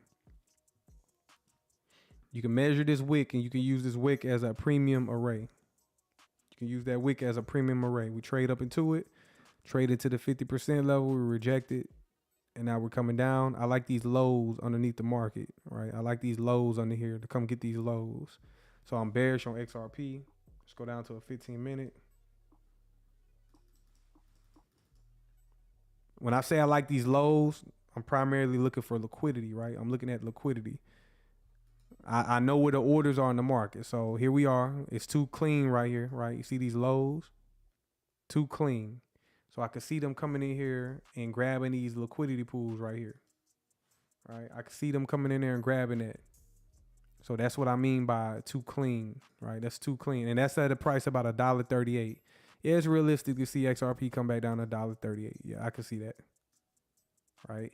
But if you was trading, right, because you can go trade, there are CME futures for XRP. You can go trade this and speculate on this. But right now, it's trading down.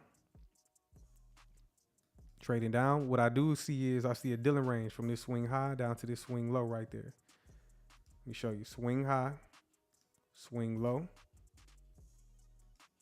Right? You see how we come up to a premium, 50% level. Trade up into a premium, and when we trade into the premium, look over to the left. See that SIBI? Sell side imbalance, buy side inefficiency, too easy. Trade right into that. Boom, just like that. Can't make that up.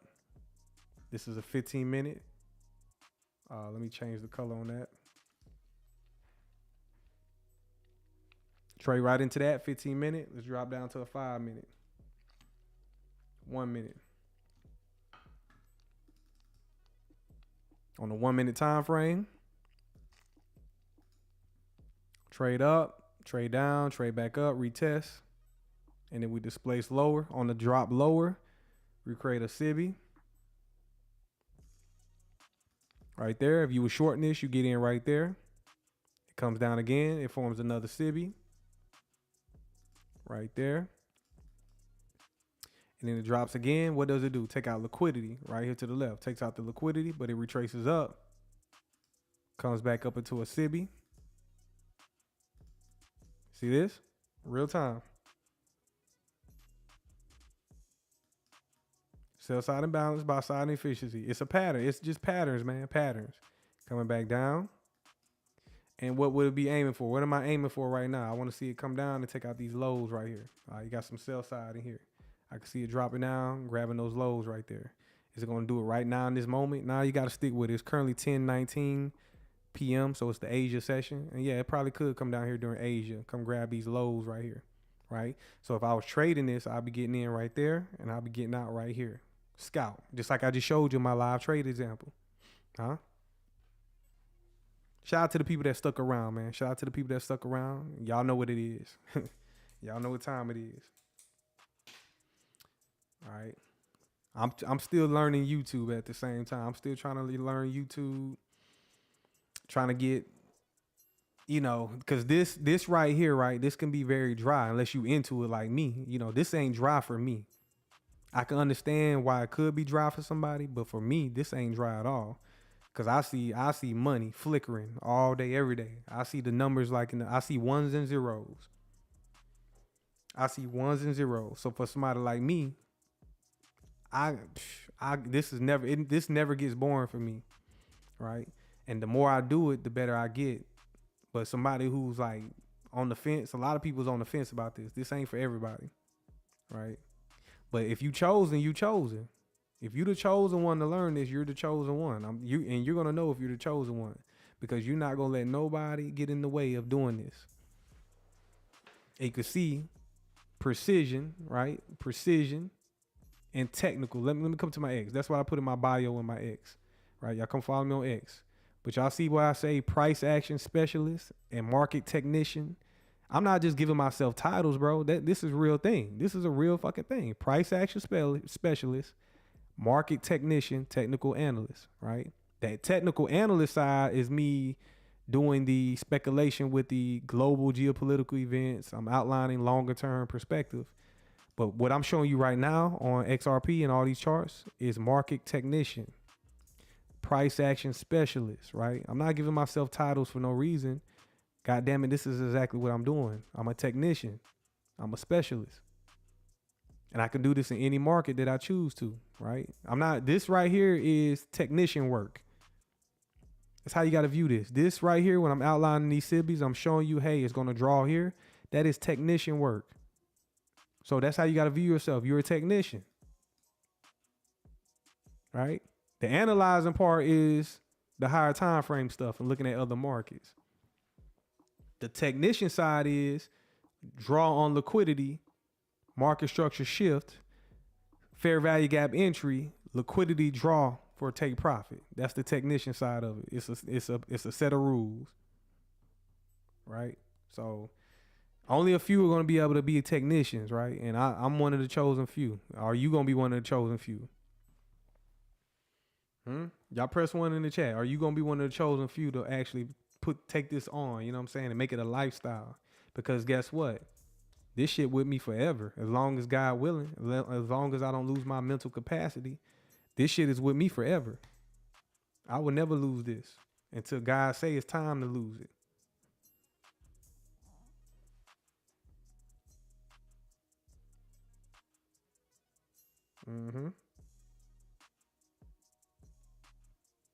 Look at this. Look at this. Now this is XRP. I'm going from Bitcoin, XRP. I don't care what market it is. This is in XRP.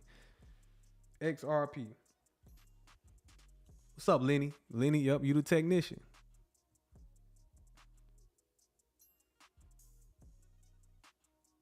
Right? And Lenny, look, I'm not pressing no buttons. I'm not putting on any trades. I am tape reading, right? Until you get to this point right here where you can sit here and just like this can be dry to somebody, but nope, I'm sitting here. Oh, there's a SIBI right there. Let me draw that out. Look how price is reacting to that. Until you can sit here and just do this and tape read. Look, 2 up close candles. What y'all think these 2 up close candles are? Bearish order block.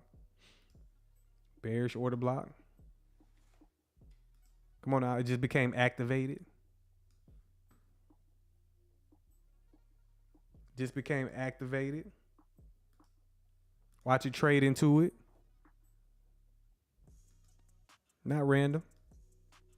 This is reading the tape, right? You got to be able to go through this, read the tape. Any day now, trade up into it.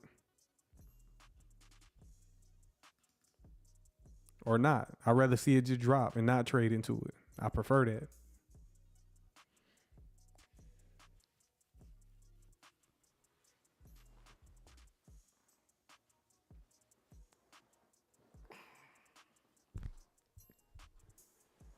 Yep, this part of it right here is boring. You know, very boring. It's not boring for me, though. It's not boring for the chosen ones. I'm just practicing, man. I do this all day, every day. Just take my little cursor, come over here, grab me a rectangle, and put it on my canvas, right? It's paint. I'm painting on my chart. I'm taking notes. And you're going to do this. You're going to end up doing this for years, right? If you're not sitting here ready to be able to do this for years at a time, months and years, this might not be for you. This might not be for you. I genuinely enjoyed it. This is my passion. I said, no, this is what I'm passionate about. And that's why I enjoy it, because, hey, this is my passion. Look at that. Doesn't even return to the order block. SIBI entry. Drawn liquidity. Partial right here at this low. If I was trading this, you take a partial right there at that low.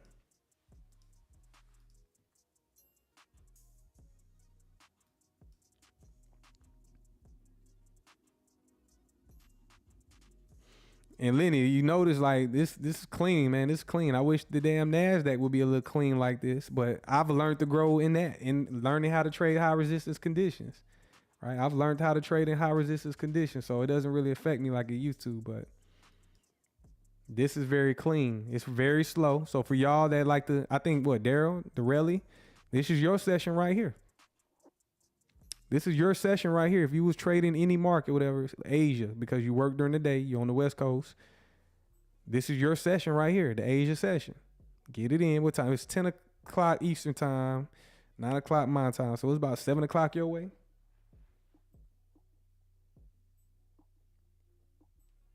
Then he said, yep, that's why you've been watching futures. Yep, the rally. This is your session. Look, and it don't take much. You get in, get out. Get in, get out. Get you a couple $100 for the day. Go to get some good sleep. Go to work the next day. You're gonna eventually just make it a routine every day. Make it a routine. I'm gonna look at whatever market I'm watching, stick to one market, trade it, make it a routine, go to work. Next thing you know, you done took fucking $1,000 and grew it to $12,000. And then it was like, oh shit, I got $12,000 over here that I traded with. But you keep doing that same boring routine, going to work. Next thing you know, 12K done turned into 50K. You know what I'm saying? And you just doing consistent things like this all day, every day, consistently. Repeating the process, repeat and rinse. All right, there goes another SIBI right there. Yep, boring but peaceful. Oh, this shit is therapeutic. You know, everybody I done talked to that do this, it's therapeutic. Therapeutic. There goes another SIBI. Hopefully it don't take. So this is going to be a breakaway. If we don't trade back into that, that's a breakaway gap. A breakaway gap is a gap that we don't trade into. It just breaks away from it, right? We don't refer to it. Take that down in your notes. You want to see breakaway gaps because that just lets you know price is low resistance. So whenever you see gaps not being traded back to, breakaway gap.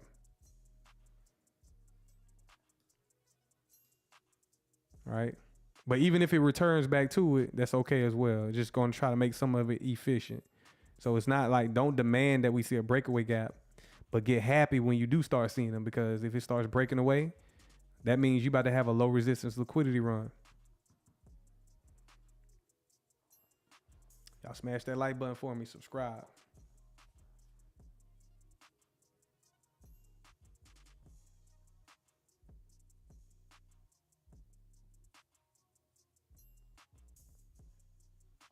but slowly but surely. But you see how I'm on a 1 minute? This is a 1 minute. Now let's drop down to a 15 second, right?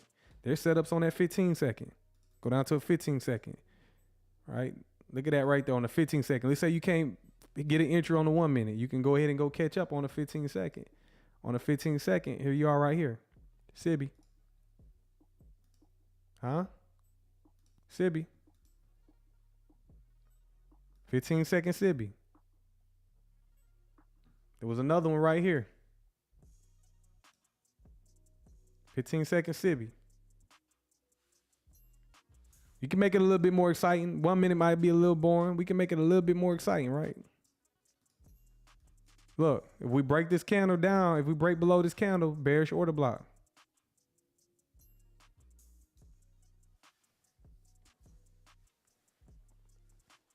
Keeps trading into the Sibby, tapping it.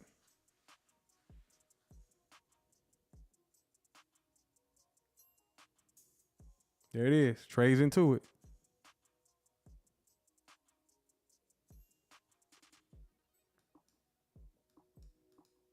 Now, why does that candle close right inside the body, right? Why does it close right inside that body? Now it wicks up. Trades into that Sibby. All right, now when it gets like this, right, you got to zoom out. You got to zoom out. Let's come back to the 1 minute. Come back to the 1 minute and back on the 1 minute, right? Look what they doing. Look how they do that right there. Look how they doing it. Look how they doing that. That's crazy, ain't it?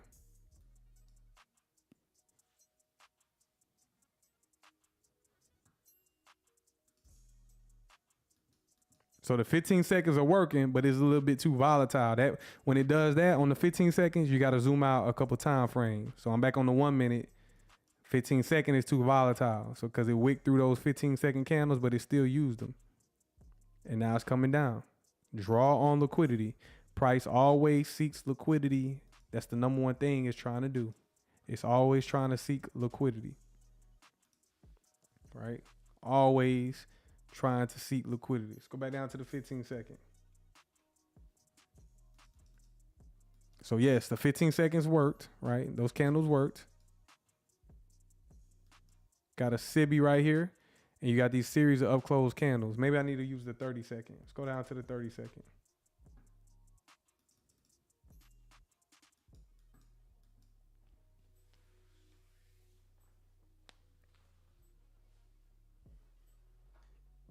Trading XRP or tape reading XRP. And yes, by me practicing with this, and I've been practicing with XRP for years, tape reading it.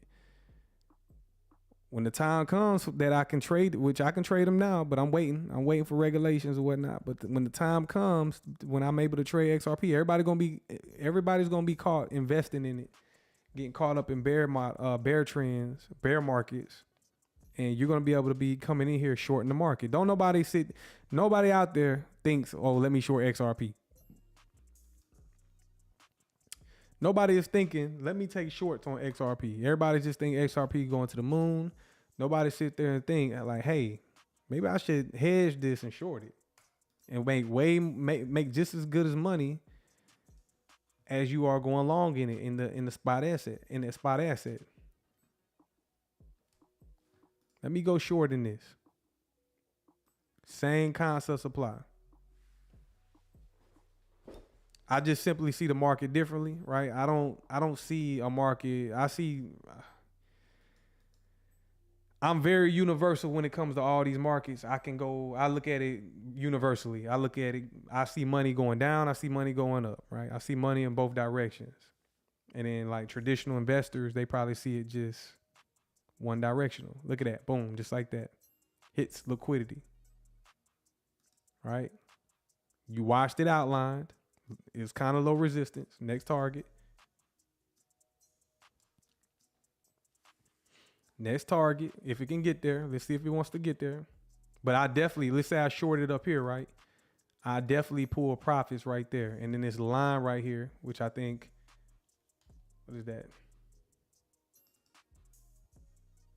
I don't even know what that is, but let me go back down to the 5 minute. Okay, yeah, we was at premium, right? So we coming down to take out liquidity on the discount side.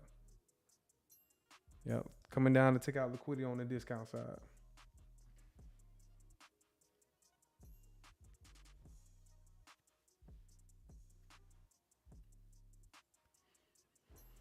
And yes, y'all, this is free education. Free education. So if you learning, shout out to y'all.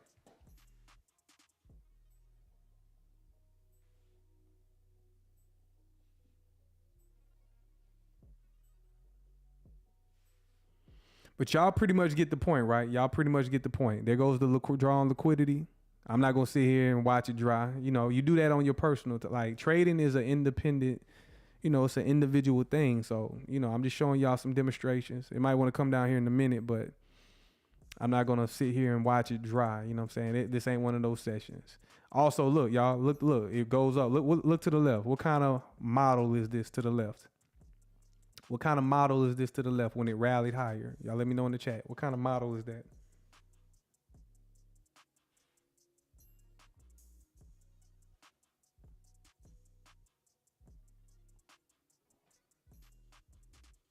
Who knows?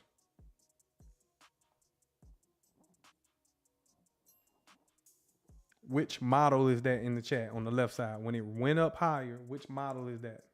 And then it broke down lower and created a different model.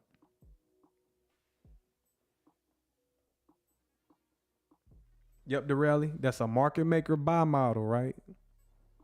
It hits a key level up here in a premium, right? That's the part, that's the key part. It hits a premium level, and then it rejects off that premium level and goes into a market maker sell model. So whenever it's in a market maker sell model, you can focus on one side of the curve, right? You can filter out all this over to the right, not even thinking about going long, and you could just go down low looking for shorts. And the same is for when you go long, looking for longs. So good shit with knowing that, man. Good shit with knowing that. But hey, man, other than that, man, that's XRP. I went over Bitcoin. I went over the stocks. I went over the oil market. Went over the crypto market. If there's anything else y'all want me to go over, I'll go over it. But other than that, I'm going to head up out of here, man. I'm going to head up out of here. I'm not going to hold y'all all night. I went over some entertainment, world news stuff. You know, I find it funny that the World Health Organization, they're announcing nuclear warfare. So, you know, I don't know. We living day to day, y'all. We living day to day, but we staying prayed up. We staying with the Most High. You know, whatever you believe in, whoever you believe in, we're gonna keep them in mind, right? Gonna praise the Most High and let Him order through all this chaos going on down here, right? But you gotta do your part too. You gotta do your part in all of this shit and stay prayed up. So I'm gonna get back to doing my lessons. I'll probably do another one tomorrow. Let me see. Come to my channel on YouTube. Right? If y'all haven't been through my lessons, my courses, right? I'm doing free courses, walking y'all through smart money concepts, learning how to do technical analysis and day trade properly. The way that I see it, right? I'm trying to give you my perspective of it. So if y'all haven't watched these, go over there and check these out, right? I think they're highly valuable, but it's a continuous series that I'm just going to keep adding on to. So y'all come to my channel, y'all watch this. It's more pure analysis. It's not all the boring shit. I mean, it's not all the entertainment and new world news events. It's strictly straight to the point technical analysis, right?